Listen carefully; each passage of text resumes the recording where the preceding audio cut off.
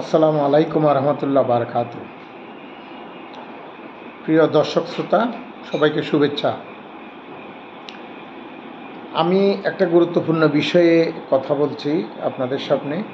সেটি হলো যে আমরা 1971 সালে যে মহান মুক্তিযুদ্ধ, আমাদের 30 লক্ষ শহীদ এবং 2 লক্ষ বা ততোধিক মা বোনের সম্ভ্রমের বিনিময়ে যে অর্জিত বাংলাদেশ, সেই বাংলাদেশ আজ কোথায়? স্বাধীনতার পর থেকে গত 53 বছরে সংখ্যালঘু সম্প্রদায়েরা, বিশেষ করে হিন্দু ধর্মাবলম্বী ভাইয়েরা কোনো না কোনোভাবে নির্যাতিত হয়েছে এবং এটি রাজনৈতিক নেতৃত্বের হাতে। কেউ ঘরবাড়ি হারিয়েছেন, কেউ দেশ ছাড়িয়েছেন, কেউ মারা গেছেন। এইসব ঘটনা যারা জড়িত তারা কোনো না কোনো রাজনৈতিক দলের সাথে সংশ্লিষ্ট ছিল এবং এক্ষেত্রে রাজনৈতিক যোদ্ধার এবং দাঙ্গাবাজ স্থানীয় জনপ্রতিনিধিও এর মধ্যে ছিলেন। বিশেষ করে এই কাজে সবার আগে আওয়ামী লীগ এবং বিএনপি, এই দুটো দলের কথা যদি বলি, যারা পালাক্রমে ক্ষমতা ছিল, তাদের মধ্যে কেউ কারো চাইতে কম ছিলেন না। তা আমি যে বিষয়টি নিয়ে কথা বলতে চাচ্ছি সেটি হলো, ধরুন আজ থেকে 8 বা আগামী 8 কিংবা 9 অক্টোবর থেকে হিন্দু ধর্মাবলম্বীদের শারদীয় দুর্গাপূজা শুরু হচ্ছে। দুর্গাপূজা উপলক্ষে ইতিমধ্যে একটি কথা প্রচার হয়েছে যে আমাদের মাদ্রাসার ছেলেরা, স্টুডেন্টরা পূজা মণ্ডপ পাহারা দেওয়ার দায়িত্ব পালন করতে ইচ্ছুক, ওনারা চাচ্ছেন। আমার প্রশ্ন হলো যে কেন আমাদের মুসলিম ভাইয়েরা বা মাদ্রাসা ছাত্ররা দুর্গাপূজার মণ্ডপ বা মন্দির পাহারা দেবেন? আমাদের কোনো ধর্মীয় উপাসনালয় যদি হামলার আশঙ্কা থাকে, সেটি কি অন্য ধর্মের লোকেরা পাহারা দিবে নাকি আমরা পাহারা দেব? নিশ্চয় আমরা পাহারা দেব এবং এটির জন্য আমরা শহীদ হতে রাজি আছি ইনশাল্লাহ, আল্লাহর রহমতে। তো অতএব আমি মনে করি হিন্দু ধর্মাবলম্বীদের যদি এই ধরনের মন্দির পাহারা দেওয়ার প্রশ্নই আসে, পূজা মণ্ডপ পাহারা দেওয়ার প্রশ্ন আগেভাগে আসে, তাহলে বুঝতে হবে ওখানে হামলা হওয়ার আশঙ্কা আছে। সুতরাং আশঙ্কা যখন আছে, এটি নিশ্চয় আইনশৃঙ্খলা বাহিনী এবং রাষ্ট্র জানেন, গোয়েন্দা সংস্থা জানেন। সেই ক্ষেত্রে তারা অবশ্যই সেই দায়িত্ব পালন করবেন যাতে এই ধরনের ঘটনা না ঘটে। অন্যদিকে আরেকটি বিষয় হলো যে আপনার মাদ্রাসা ছাত্ররা কেন পাহারা দিবে? হিন্দুরা কি পাহারা দিতে পারে না? যেমন আমাদের মুসলিমদের বরিশালে চরমোনাইতে যে মাহফিল হয়, সেখানে লক্ষ লক্ষ লক্ষ লক্ষ লোকের সমাবেশ হয়। সেখানে যে মুজাহিদ কমিটি আছে পীর সাহেবের, তারা এত সুশৃঙ্খলভাবে দায়িত্ব পালন করে, সেখানে কোনো পুলিশ কিংবা আইনশৃঙ্খলা বাহিনীর দরকার হয় না, তারাই করে। সুতরাং পূজা মণ্ডপ পাহারা দেওয়ার জন্য হিন্দু ধর্মাবলম্বীরাই যথেষ্ট। আমরা যদি করি কিংবা কোনো মাদ্রাসা ছাত্ররা বা হুজুররা যদি এই দায়িত্ব পালন করেন, তাহলে বহির্বিশ্ব এবং বাংলাদেশের একটা গোষ্ঠী এটি সহজে প্রচার করতে পারবে যে বাংলাদেশে হিন্দুরা নিরাপত্তাহীনতায় আছে বলে মুসলিমরা পাহারা দিতে হচ্ছে।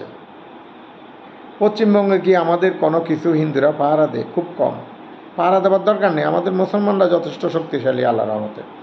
আমি এটি যেমন সত্য কথা, পাশাপাশি আমি যেটি বলবো যে ধরেন আমার বন্ধু যারা ছিল, বিভূতি, খগেন্দ্র, সুকুমার, জন স্বপন, তারপরে তঞ্চঙ্গা, কালিময়, আশিস চাকমা, আমাদের মংফ্রুরি, উতানচুয়ে এবং শুক্লাদেব, হেলেনা রানী দাস, তারপরে আপনার এরকম অনেকেই আছেন যারা আমাদের বন্ধুবান্ধব ছিলেন। তারা তো আমাদের বন্ধু, তারা তো এই দেশের নাগরিক।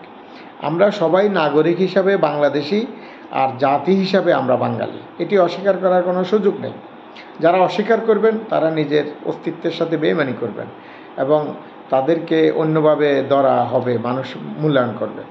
আমি এই বিষয় আসলে আমার উদ্দেশ্য নয়। আমি যে বিষয়টি বলতে চাচ্ছি সেটি হলো, যেহেতু দুর্গাপূজা আসছে, দুর্গাপূজাকে কেন্দ্র করে যাতে দেশে কোনো সাম্প্রদায়িক উস্কানি এবং দাঙ্গা যাতে কেউ না লাগাতে পারে, এর জন্য আমাদেরকে যেমন সচেষ্ট থাকতে হবে, এদেশের আইনশৃঙ্খলা বাহিনী, গোয়েন্দা সংস্থা এবং সরকারকে সচেষ্ট থাকতে হবে।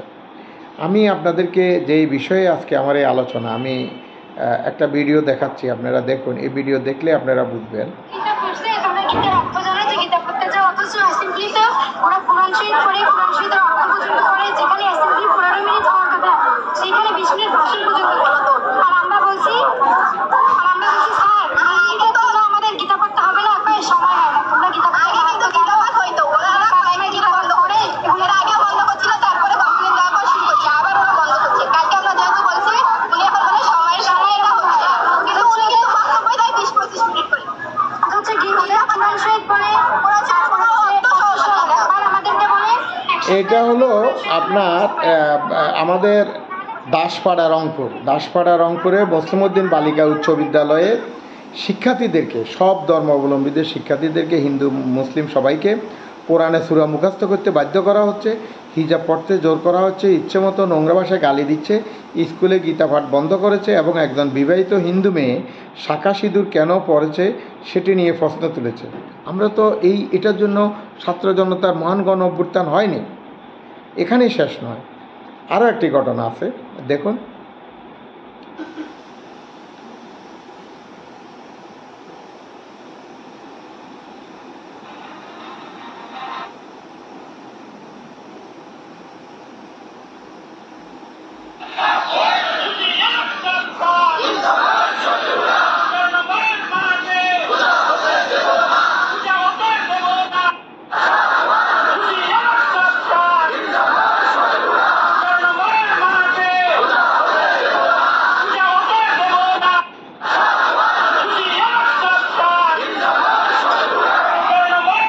এটি আজকের বাংলাদেশ। যে ফ্যাসিবাদী শাসন ব্যবস্থা উচ্ছেদের জন্য ছাত্র জনতা যে গণ আন্দোলন করেছিল, 5ই আগস্ট যার পরিসমাপ্তি হয়েছে, আমাদের লক্ষ্য ছিল, ছাত্র জনতার লক্ষ্য ছিল একটি বৈষম্যহীন রাষ্ট্র ব্যবস্থা কায়েম। তাহলে আমরা কোথায় গেলাম? আমাদের এখানে আমরা বলছি যে আমাদের দেশে সংখ্যালঘুটা একটি রাজনীতি হচ্ছে, সংখ্যালঘুদেরকে নিয়ে পতিত স্বৈরাচার রাজনীতি করছে, এটা আমরা বলছি। পতিত ফ্যাসিবাদ এদেরকে উস্কানি দিচ্ছে, এরা আওয়ামী লীগরা আপনার সেজে কোথাও আমরা আওয়ামী লীগদেরকে রিক্সাওয়ালার মধ্যে দেখি, আনসারের মধ্যে দেখি, পুলিশদের মধ্যে দেখি এবং হিন্দুদের মধ্যে দেখি। আমরা যেদিকে তাকাই শুধু আওয়ামী লীগ দেখছি, অনেকটা বুথের মতো। যাদেরকে বুথে আসর করে তারা উপরে তাকাইলেও বুথ দেখে, নিচে তাকাইলেও বুথ দেখে, ভাটজারের মধ্যেও বুথ দেখে, পানির মধ্যে তাকাইলেও বুথ দেখে, কড়ই গাছের উপরেও বুথ দেখে, বট গাছেও বুথ দেখে, পিছনে তাকাইলে বুথ দেখে, ডানে তাকাইলে বুথ দেখে। তেমনিভাবে আমরা আওয়ামী লীগ দেখছি। এই আওয়ামী লীগ দেখতে দেখতে, আমরা সব জায়গায় আওয়ামী লীগ দেখতে দেখতে আমাদের যেই যারা সমাজে বিশৃঙ্খলা করছে, সত্যিকারের যেই যারা শত্রু, দেশের এবং বর্তমান সরকারকে যারা বিব্রত করতে চাচ্ছে, বর্তমান সরকারকে যারা ব্যর্থ করার জন্য চেষ্টা করছে, তারা কিন্তু পার পেয়ে যাচ্ছে। কারণ টার্গেটটা আপনাদেরকে, আওয়ামী লীগের দিকে দৃষ্টিটা আপনাদেরকে দিয়ে তারা ঠিকই তাদের কাজটা হাসিল করলো। এই যে মিছিলটা হলো, এখানেও কি আওয়ামী লীগ আছে? যদি আওয়ামী লীগ থাকে তাহলে বাংলাদেশের মাদ্রাসাও তো আওয়ামী লীগে ভর্তি। আচ্ছা, যে স্কুলের, রংপুরের যে স্কুলটার কথা আসছে, দেখুন, এটি তো খুবই সংখ্যার কথা, আশঙ্কার কথা আমাদের সবার জন্য। আমি এটি নিয়ে বেশি কথা বলবো না। আমি মনে করি এই বিষয়ে বাংলাদেশের গোয়েন্দা সংস্থাগুলো দ্রুত সঠিক তথ্য উদ্ঘাটন করা উচিত। এই যে পূজা হতে দেব না, ইসলামের শত্রুরা হুঁশিয়ার সাবধান, এই মিছিল কারা করেছে, কারা এটা নেতৃত্ব দিয়েছে, সামনে থেকে নেতৃত্ব কারা দিয়েছে, আন্ডারগ্রাউন্ডে পিছনে থেকে কারা নেতৃত্ব দিয়েছে, তাদেরকে খুঁজে বের করে দ্রুততম সময়ে আইনের আওতায় আনা উচিত। পাশাপাশি রংপুরের যে স্কুলের যে ঘটনা, এটি হয়তো একটি দেখে আরেকটি ঘটনা করতে পারে। যেমন আমরা একটা সময় দেখেছি 5 তারিখের পরে যে পদত্যাগের একটা হিডিক, অর্থাৎ বড়রা যেমন পদত্যাগ করাচ্ছে বিশ্ববিদ্যালয়ের বিসি ফক্টর এদেরকে, ঠিক তেমনিভাবে কেজি স্কুলের স্টুডেন্টরাও, ছোটো ছোটো বাচ্চারাও তাদের ম্যামকে পদত্যাগ করাচ্ছে। তার মানে এটি একটা ক্রেজ, এটি একটা উৎসাহ উদ্দীপনার কাজ হয়েছিল। ঠিক তেমনিভাবে রংপুরের কলেজে এই যে মুসলিমউদ্দিন বালিকা বিদ্যালয়ে যে ঘটনাটি ঘটেছে, এটি থেকে যাতে এই বিষ বাষ্প অন্য কোনো স্কুল কলেজে না ছড়ায়, সবাইকে এই ব্যাপারে দৃষ্টি দিতে হবে। আমি মনে করি বর্তমান যে সরকার, এই সরকার জনগণের আন্দোলনের ফসল, এবং বাংলাদেশ সেনাবাহিনী, আমাদের সেনাপ্রধান জেনারেল ওয়াকারুজ্জামান 5 তারিখে যখন বিকেল 4টায় বক্তব্য দেন, উনি কিন্তু একটা কথা বলেছিলেন, উনি দায়িত্ব নিচ্ছেন দেশের, অর্থাৎ দেশে যাতে কোনো বিশৃঙ্খলা না হয়, ছাত্র জনতা যাতে ওনাকে সহযোগিতা করে, উনি সেই দায়িত্ব নিচ্ছেন। তাহলে এখানে ওনারও দায় আছে। আমি মনে করি যে এই সরকারকে ব্যর্থ করার জন্য, প্রশ্নবিদ্ধ করার জন্য বিদেশিদের কাছে বাংলাদেশের ভাবমূর্তি ক্ষুণ্ণ করার জন্য, বাংলাদেশে সাম্প্রদায়িক উস্কানি সৃষ্টি করে দেশকে রসাতলে নেওয়ার জন্য যারা পিছনে থেকে এইসব কাজে জড়িত তাদেরকে দ্রুত আইনের আওতায় আনা উচিত। এবং পাশাপাশি আমাদের সংখ্যালঘু সম্প্রদায়, আমি সংখ্যালঘু বলবো না, এই দেশে আমরা সবাই বাঙালি, হিন্দু মুসলমান বৌদ্ধ খ্রিস্টান সবাই ভাই ভাই, আমাদের সবাই রক্ত লাল, সবাই কাঁধে কাঁধ মিলিয়ে মুক্তিযুদ্ধ যেমন হয়েছে, আপনি যখন হাসপাতালে যান, হাসপাতালে আপনার শরীরে যে রক্তটা ঢুকে এ group, A positive, B positive, A B positive, A negative, B negative, A B negative, এটা দেখে কিন্তু আমরা রক্ত নিই এবং রক্ত দিই। এখানে কিন্তু বলা হয় না হিন্দুর রক্ত না মুসলমানের রক্ত, এটি কিন্তু আমরা যাচাই করি না। সুতরাং মানুষ মাত্রই ভাই ভাই, আর মুসলমানদের দায়িত্ব হলো আপনার অন্য ধর্মের যাতে তাদের ধর্মীয় কাজ সুন্দরভাবে পালন করতে পারে, নিশ্চিন্তভাবে নির্ভয়ে পালন করতে পারে, সেটা মুসলমানদের ইমানি দায়িত্বও বটে। আমাদের নবীজি আমাদেরকে এই শিক্ষা দিয়েছেন, খোলাফায়ে রাশেদিনের যুগে আমাদেরকে যে শিক্ষা দিয়েছেন, এটি হলো ইসলামের প্রকৃত শিক্ষা।